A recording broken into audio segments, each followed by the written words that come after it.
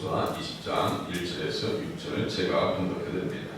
여호와께서 여호수아에게 말씀하여 이르시되 이스라엘 자손에게 말하여 이르기를 내가 모세를 통하여 너희에게 말한 도피 성들을 너희를 위해 정하여 부지 중에 실수로 사람을 죽인 자를 그리로 도망가게 하라. 이는 너희를 위해 너희의 피의 보복자를 피할 것이니라. 이 성읍들 중에 하나에 도피하는 자는 그 성읍에 들어가는 문 어귀에 서서 그 성읍의 장로들의 귀에 자기의 사건을 말할 것이요 그들은 그를 성읍에 받아들여 한 곳에 주어 자기들 중에 거주하게 하고 피의 보복자가 그의 뒤를 따라온다 할지라도 그들은 그 살인자를 그의 성에 내주지 말지니 이는 본래 미워함이 없이 부지 중에 그의 이웃을 죽였습니다. 그 살인자는 회중 앞에 서서 재판을 받기까지 또는 그 당시 대제사장이 죽기까지 그 성읍에 거주하다가 그 후에 그 살인자는 그 성읍 곧 자기가 도망하여 나온 자기 성읍 자기 집으로 돌아갈지니라 하라 하시니라. 아멘. 도피성 제도는 민수기 35장 9절에서 34절까지 또 신명기 19장 1절에서 3절까지 이미 어떻게 하셨느냐? 모세를 통하여 말씀하신 내용입니다. 모세를 통하여 말씀하신. 그러니까 하나님께서는 가나안 땅에 들어가서 어떻게 살아야 되고 어떻게 섬겨야 되고 어떻게 예수님을 바라봐야 되는지를요 자세하게 써놨습니다. 도피성 제도는 한마디로 우리의 영원한 도피처 대신 예수를 바라보라는 얘기예요. 우리도 부지 중에 살인합니까? 미워하는 것이 살인이라. 사람 미워해본 적 우리 가끔 있잖아요. 순간순간 미워하기도 하고. 그러면 그 율법은요 절대로 용서가 없어요. 율법은 용서가 없습니다. 가차 없어요. 그럼 다 지옥 가야 되겠네. 그렇지만 도피성 제도는 뭐예요? 내가 너희를 위해서 도피처를 마련해 주었다는 것이고 십자가가 우리 인생의 영원한 도피처가 된다라고 하는 것을 가르쳐 주기 위해서 만들어 놓은 제도입니다. 얼마나 감사한 거예요. 무시겠어요. 이거 자녀들도 원수라고 하잖아요. 자녀들 말 안 듣는 외수들 때 많죠. 가끔 있어요. 원수는 율법에 의하면 다 죽어야 돼요. 다른 사람의 피를 흘리면 그 사람의 피도 흘릴 것이니 이는 하나님이 자기 형상대로 사람을 지으셨습니다. 사람을 욕하는 것은 누굴 욕하는 거예요? 하나님을 욕하는 꼴입니다. 여기까지 우리의 생각과 인격이 도달하지를 못했습니다. 사회에서. 야고보서 3장에서도 혀는 지옥의 불과 같다라고 해요. 그죠? 이것으로 하나님의 형상대로 만들어진 사람을 욕도하고 하나님을 찬양하니 어떻게 한 물에서 단물과 쓴물이 나올 수 있겠느냐라고 하시는 말씀이 바로 그 말이에요. 우리에게는 단 것도 나오고 쓴 것도 나오죠. 단 것은 뭐예요? 하나님을 찬양, 하나님과 명광을 드리고 감사하다고 하는데도 불구하고 우리의 입에서는 또 뭐가 나와요? 원망과 불평이죠. 거침없이 브레이크 잡지도 않고 나옵니다. 자동차의 브레이크가 고장났다고 생각해보세요. 그건요 바로 죽음과 연결됩니다. 어떤 차를 운전하는 사람이 브레이크가 안 들어가지고 119에 신고합니다. 미국의 상황이에요. 거기는 911입니다. 한국은 119죠. 거기는 911이에요. 일가족 4명이 타고 가는데 시속 200km 달리는데요. 브레이크가 안 잡히는 거예요. 브레이크가. 그래가지고 신고했는데 그 전화 통화하는 중에 부딪혀가지고 4명이 다 죽어버렸어요. 현장에서. 브레이크가 없다라고 하는 것은 얼마나 두려운 일인지 알겠죠. 우리의 삶 속에서 하나님께서 이렇게 살아라 저렇게 해야 된다라고 하는 말씀을 우리에게 주셨는데 또 불구하고 어떻게 해요? 우리는 그냥 자연스럽게 하나님께서 기뻐하지 않는 삶의 모습이 드러나잖아요. 행동으로, 언어로, 생각 속에 아주 거침도 없어요. 양심의 가책도 없습니다. 누구에게는 왜 우리 내 자신을 보고 얘기하는 거예요. 출애굽 21장 12절에 보니까 사람을 쳐 죽인 자는 반드시 죽여야 된다. 만일 사람이 고의적으로 한 것이 아니라 나 하나님이 사람을 그의 손에 넘긴 것이면 내가 그를 위하여 한 곳을 정하리니 그 사람이 그리로 도망할 것이며. 이 보세요. 자, 이것도 참 귀한 말씀이에요. 보세요. 만일 사람이 고의적으로 한 것이 아니라 나 하나님이 사람을 그의 손에 넘긴 것이면 내가 그를 위하여 한 곳을 정하리니 그 사람이 그리로 도망할 것이다. 살고 죽는 것은 누가 정한 거예요? 하나님께서 정한 거예요. 그런데 도끼질을 하다가 막 도끼질했으면 어떻게 해요? 이게 날이 빠져가지고 말이에요. 도끼가 또 이게 얼마나 위험해요. 네? 그래서 옆에 사람 맞았어요. 그야말로 현장에서 죽었습니다. 내가 전혀 의식하지 않고 그렇게 할 의도도 없었는데 누가 넘기셨다고요? 나 하나님이 사람을 그의 손에 넘긴 것이며. 이게 중요해요. 생사 화복을 끝까지 하나님께서 주관하시는구나. 아람과 아합과의 전쟁에서도 아람 군사가 이렇게 우연히 활을 이렇게 써가지고 쐈는데 그냥 그 솔기 사이에 아합왕의 솔기 사이에 활이 딱 박혀서 그날 그냥 피를 많이 출혈을 받아서 죽잖아요. 그리고 개들이 와서 핥아먹잖아요.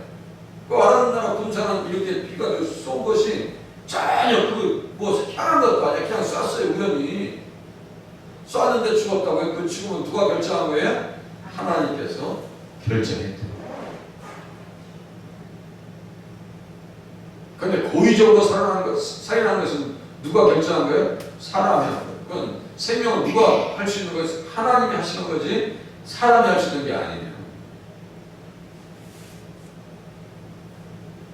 사람이 그의 이웃을 고의로 죽였으면 너는 그를 내 제단에서라도 잡아내려 죽일지니라.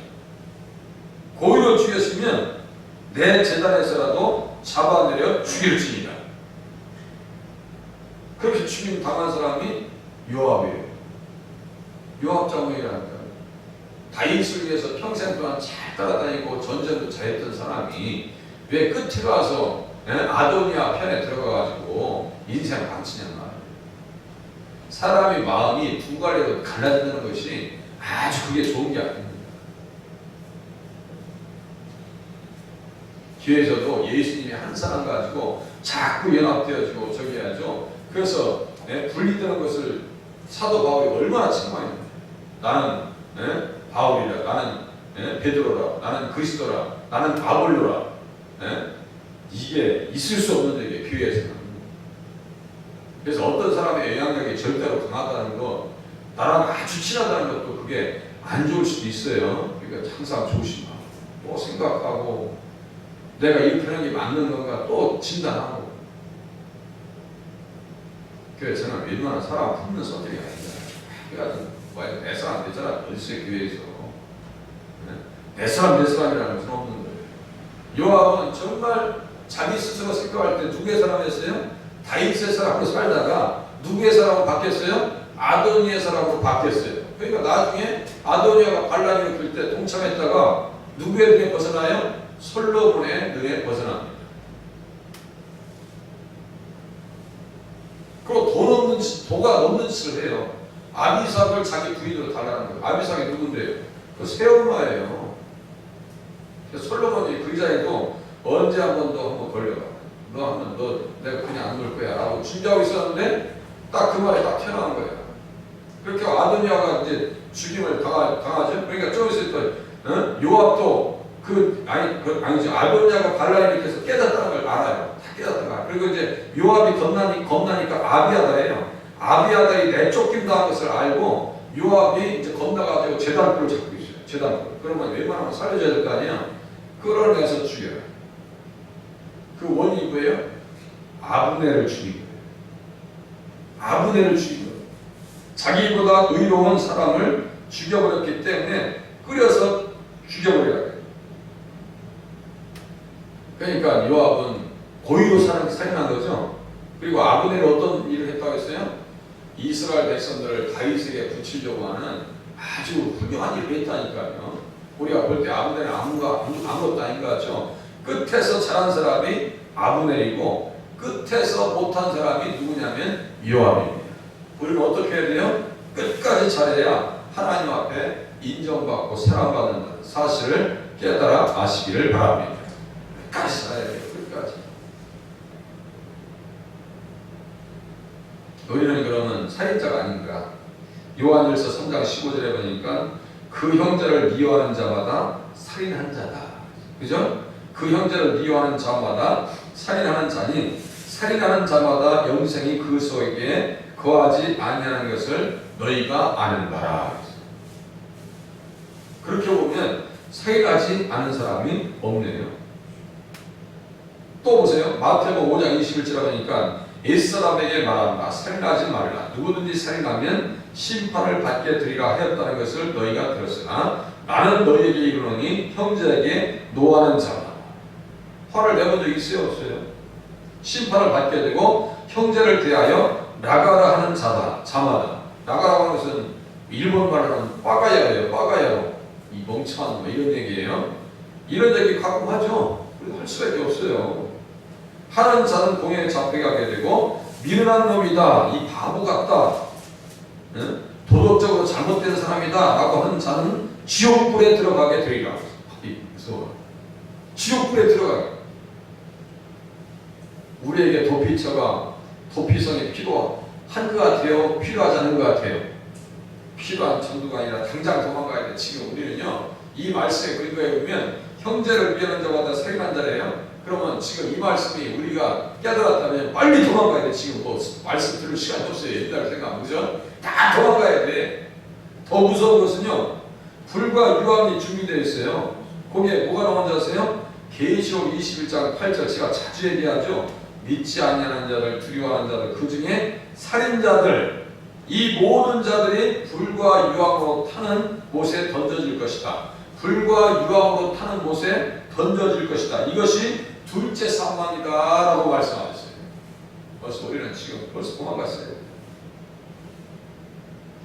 그럼에도 불구하고 예수님의 더없는 끝없는 사랑 때문에 오늘까지 살 수 있었고, 또한 우리에게 천국이 예비되어 있다는 사실 앞에 무한으로 감사하실 수 있기를 바랍니다. 이거 제가 따지지 말고 한번 말씀의 근거에 생각해보자니까요. 이야, 나를 살리고 하시고 지옥 가야 되는데 나에게 또 이 부족한 사람에게 천국까지 준비해 주셨다니 얼마나 감사합니다. 예수님 그 사랑 알기로 합니다. 예수님 그 사랑 깨닫기로 합니다. 20장 6절 보세요. 그 살인자는, 우리가 다 살인자네요. 회중 앞에 서서 재판을 받기까지 또는 그 당시 대제사장이 죽기까지 그 성읍에 거주하다가, 대제사장이 죽기까지 여기 써있어요. 우리의 대제사장이 어디에서 돌아가셨어요? 십자가에서 죽으셨습니다. 땅 자손 부부라니까 계속 이 세 가지 말씀 안에 다 돌아갑니다. 성경이. 대제사장이 죽으면 어떻게 돼요? 그 후에 그 살인자는 그 성읍, 곧 자기가 도망하여 나온 자기 성읍, 자기 집으로 돌아갈지니라 하라 하십니다. 석방이 되죠? 누구 때문에 우리가 석방돼요? 예수님의 십자가 희생 때문에 우리는 지옥의 결박에서 자유하게 되었다는 사실 앞에 감사하시기를 바랍니다. 지옥 백성이 있는 나라를 살려주셨어요. 도피성은요, 예수님의 그림자입니다. 예수님의 그림자. 그래서 시편 9장에 보니까 9절 보니까요, 그 우리아를 죽인 다윗이 얘기합니다. 여호와는 압제를 당하는 자의 요새시요 환난 때의 요새십니다. 피할 것이 예수님이래요. 히브리서 6장 18절에 보니까 앞에 있는 소망을 얻으려고 피난처를 찾는 우리에게 큰 안위를 주십니다.